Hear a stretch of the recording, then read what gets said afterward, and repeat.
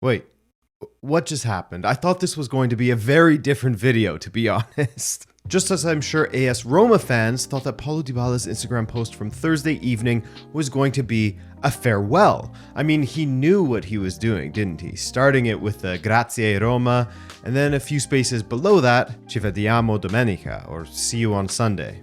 Wait a minute, earlier that day, an emotional Dybala was signing autographs for AS Roma supporters as he left their training facility for what most believed was the final time in his AS Roma career. And now he's saying, see you on Sunday? And apparently Roma had rejected Qadsiah's approach? Whoa. If you have whiplash, don't worry, you're not alone. And to make all of this clearer to you, I went ahead and spoke to Wayne Girard. You may know him as Wayne in Rome on YouTube, or maybe you follow him on Twitter. It will always be Twitter, not X. Both of his links are below, so do be sure to give him a follow. So let's get into this soap opera of sorts, this tug of war, and break down what exactly happened in the last couple of weeks. Confirmation of a major deal for Jose Mourinho's Roma today. They have completed that signing of Paulo Dybala on a 3-year deal. It was always somewhat of a surprise that AS Roma would even think of getting rid of Paulo Dybala. Granted, there wasn't one entity solely pushing for this move on either side. They were in constant communication with each other. But still, for how good Dybala had been over the past 2 seasons, when he played at least, and with new permanent manager Daniele De Rossi, you'd think that holding on to someone with both the star power and the offensive output that Dybala has would be of highest priority to AS Roma, not to mention what he did for them commercially, right? From a tangible perspective, he broke records for jersey sales. So he brings in the real stuff in the Roma stores who go on and they have some of their best years in a very long time with jersey sales. There hasn't really been that star player. And you can't understate that enough. Dybala is a massive name in Italian football at this point. Due to the extent of his injuries in recent years, I think it's sometimes easy to forget how long he has been a top Serie A performer, what he did at Palermo, then with Juventus, and even at AS Roma, he has contributed to over 50 goals in 2 seasons. But before he did that, there was that massive unveiling, which spoke to the gravitas that he holds in Italy.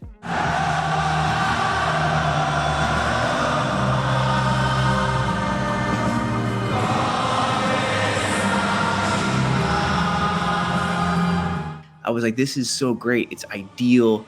And for as average as Roma were at times, he was the guy who came on and changed things. He was the X factor. Because it was sporadic, because his time was here and there, he missed about, 33 games over 2 seasons, which is almost the equivalent of a full season. So this past season, he played in 57% of matches, which isn't great. So it was like, rather than one key moment, it became whenever Paulo was on the pitch, it became memorable because he had very few bad games. Whenever he played, it was just beautiful. He's an overall spectacle and a player that really he makes you emotional. Like you watch him and he's the epitome of beauty in this game. He's someone to emulate.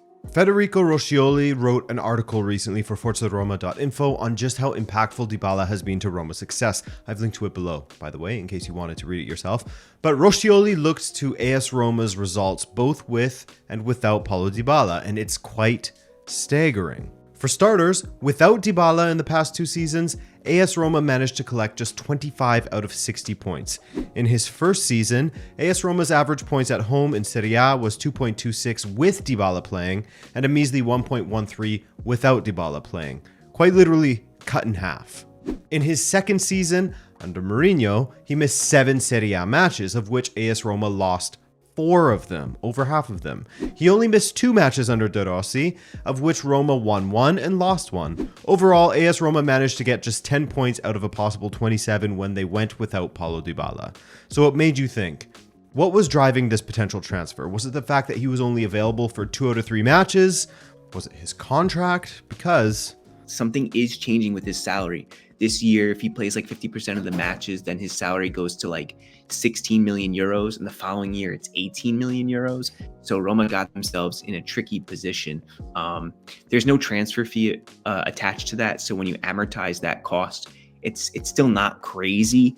But for a team which is looking to consolidate its budget, it is. But he's not the problem. I'll tell you that.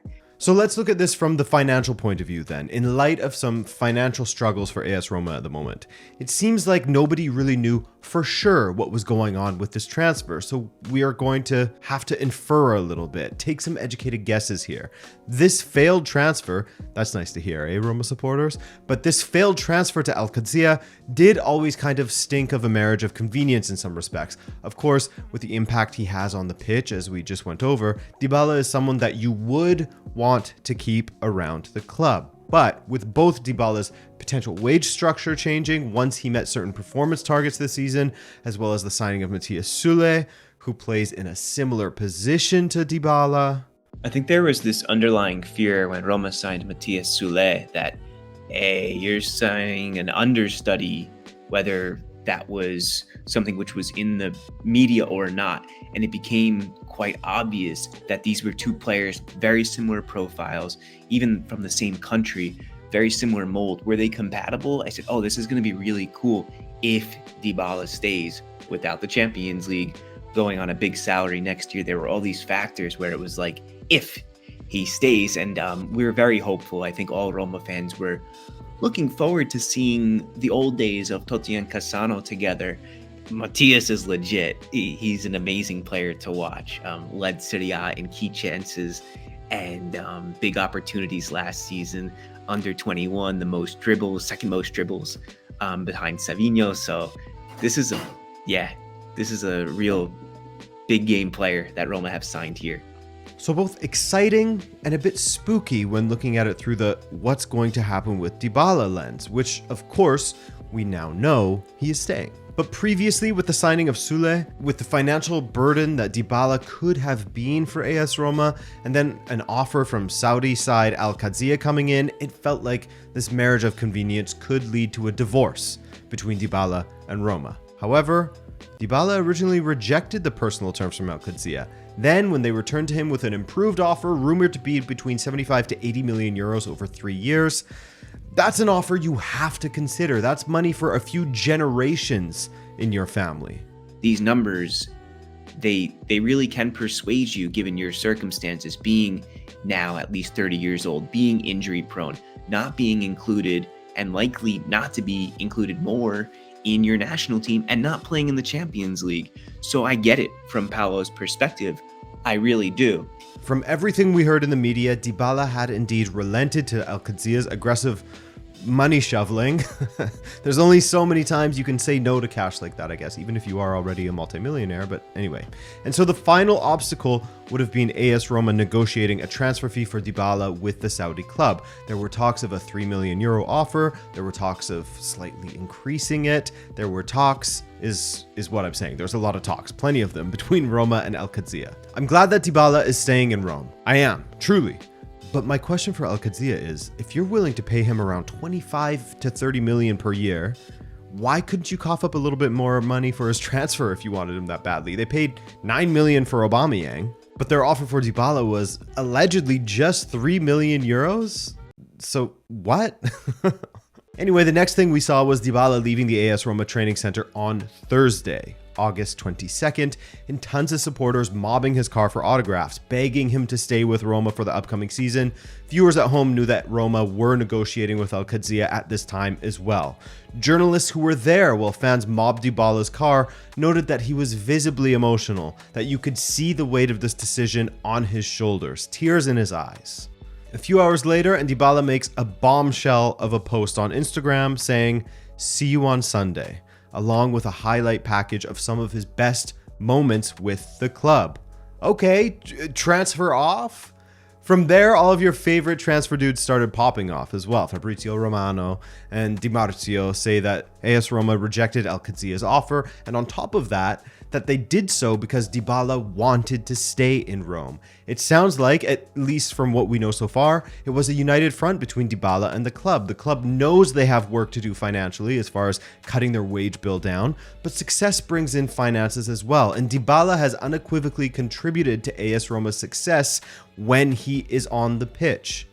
So, Roma's financial issues aren't in a better place necessarily, as the savings from Dybala's salary being gone would have been very helpful, but there are other players that Roma should look to offload, guys who haven't really contributed much, or at least anything close to what their salaries may demand. I wish it was guys like Cristante and Rick Karsdorp, and keep going down the line of guys who have massive wages, or even Gianluca Mancini. I know I'm going to upset a lot of Roma fans with that, but I look at the players who are on big wages and compared to their output. I'm not saying Mancini has a bad output, but I'm just saying that there's other players I would have moved before Paulo, way before Paulo.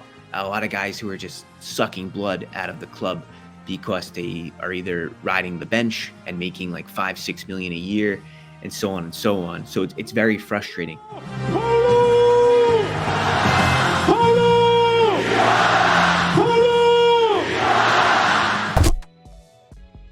So as things stand, Dybala is sticking around for at least one more season. At 30 years old, he still has a lot to give, should he stay healthy.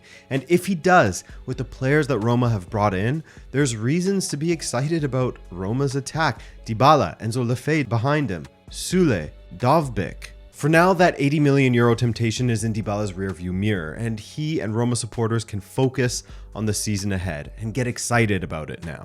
Thanks as always for watching, guys. I hope you're doing well and that you enjoyed this one. And if you did and you're new around here, why not subscribe? Hey, thanks again to Wayne for helping me out for this one. Check out his links in the description. But beyond that, enjoy your weekend and I'll see you next week. Take care.